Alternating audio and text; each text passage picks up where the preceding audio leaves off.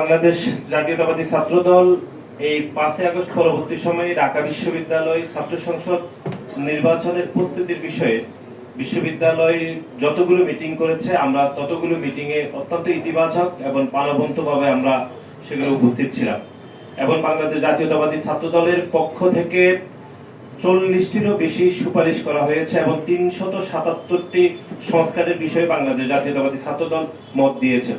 কিন্তু অত্যন্ত দুর্ভাগ্যজনকভাবে আমরা যেটি লক্ষ্য করলাম সেটি হচ্ছে এই 40টি সুপারিশের মধ্যে মাত্র 3 থেকে 4টি, তাও অন্য ছাত্র সংগঠনের সাথে এগুলো খুব কমন হয়েছিল, সেজন্য 3 থেকে 4টি সুপারিশ ঢাকা বিশ্ববিদ্যালয় কর্তৃপক্ষ এটি গৃহীত করেছে। আর আমাদের 377টি সুপারিশের বিপরীতে মাত্র 1 থেকে 1.5% সুপারিশ গৃহীত হয়েছিল।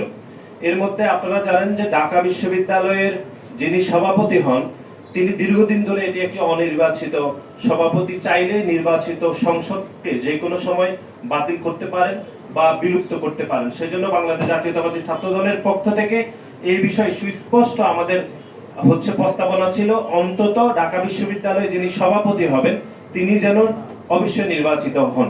কিন্তু আমরা দেখলাম যে বাংলাদেশ জাতীয়তাবাদী ছাত্রদলের 40টিরও বেশি সুপারিশ থেকে মাত্র 3 থেকে 4টি এবং 377টি সংস্কার থেকে মাত্র 1 থেকে 1.5% সুপারিশ আসলে সংস্কার গৃহীত হয়েছে। এবং আপনারা জানেন যে বাংলাদেশ জাতীয়তাবাদী ছাত্রদল 5 তারিখের পর থেকে বিশ্ববিদ্যালয়কে লিখিতভাবে আমরা বারবার বলেছি যে যারা গণ অভ্যুত্থান চলমানের সময় খুনি হাসিনার পক্ষে যে সকল ছাত্রলীগের সন্ত্রাসীরা হামলা করেছে, তারপরে যারা গণ অভ্যুত্থানের বিপক্ষে অবস্থান করেছে তাদের বিচার প্রক্রিয়াকে অগ্রগতি করতে, কিন্তু আমরা এখনো পর্যন্ত বিচার প্রক্রিয়ার কোনো অগ্রগতি দেখিনি। আপনারা জানেন যে আগস্টের 4 তারিখ পর্যন্ত ঢাকা বিশ্ববিদ্যালয়ে যে সকল আওয়ামী লীগের দোসর শিক্ষকরা খুনি হাসিনার পক্ষে বিবৃতি দিয়েছেন, গুলি চালানোর জন্য খুনি হাসিনাকে প্রত্যক্ষ মদত দিয়েছেন, সেরকম একজন শিক্ষকেরও বিচার প্রক্রিয়া এখনো ত্বরান্বিত হয়নি।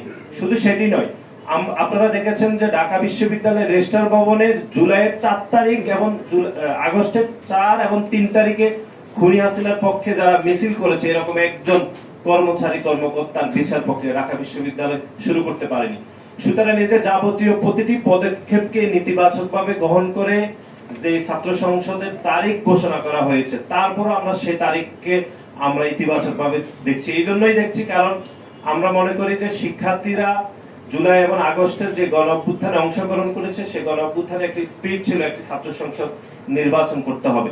কিন্তু একই সাথে যারা জুলাই এবং আগস্টের গণ অভ্যুত্থানের সরাসরি অংশীদার ছিল তাদের এরকম একটি সুপারিশকেও উল্লেখযোগ্যভাবে আমলে না নিয়ে খুনি সংগঠন ছাত্রলীগের বিচার প্রক্রিয়ার অগ্রগতি না করে, আওয়ামী লীগ দোষর শিক্ষকদের বিচার না করে, ঢাকা বিশ্ববিদ্যালয়ের কর্মকর্তাদের বিচার প্রক্রিয়ার কোন রকম ত্বরান্বিত না করে এরকম ডাকসু যদি হয়, সে ডাকসু কতটুকু শিক্ষার্থীদের কল্যাণকর হবে সেটি আসলে সময় বলে দিবে বলে আমরা মনে করি।